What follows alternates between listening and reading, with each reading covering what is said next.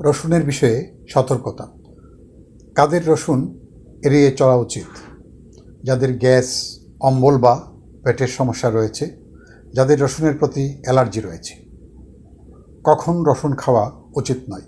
খালি পেটে অতিরিক্ত রসুন খাওয়া উচিত নয়, কারণ এটি পেটের অস্বস্তি সৃষ্টি করে।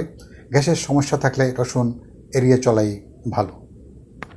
কারা রসুন খাবেন না? অ্যাসিডিটি এবং গ্যাস্ট্রিকের রোগী। খালি পেটে রসুন খেলে বুক জ্বালা বা অ্যাসিডিটি হতে পারে। রক্ত পাতলা হওয়া রোগী, যারা রক্ত পাতলা করার ওষুধ খান বা যাদের রক্ত স্বাভাবিকভাবে পাতলা, তারা রসুন খাবেন না। ডায়াবেটিস রোগী।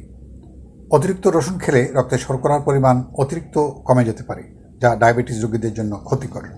অতিরিক্ত ঘামের সমস্যা, যারা অতিরিক্ত ঘামের সমস্যায় ভোগেন, তাদের রসুন খাওয়ার ফলে এই সমস্যা আরও বাড়তে পারে।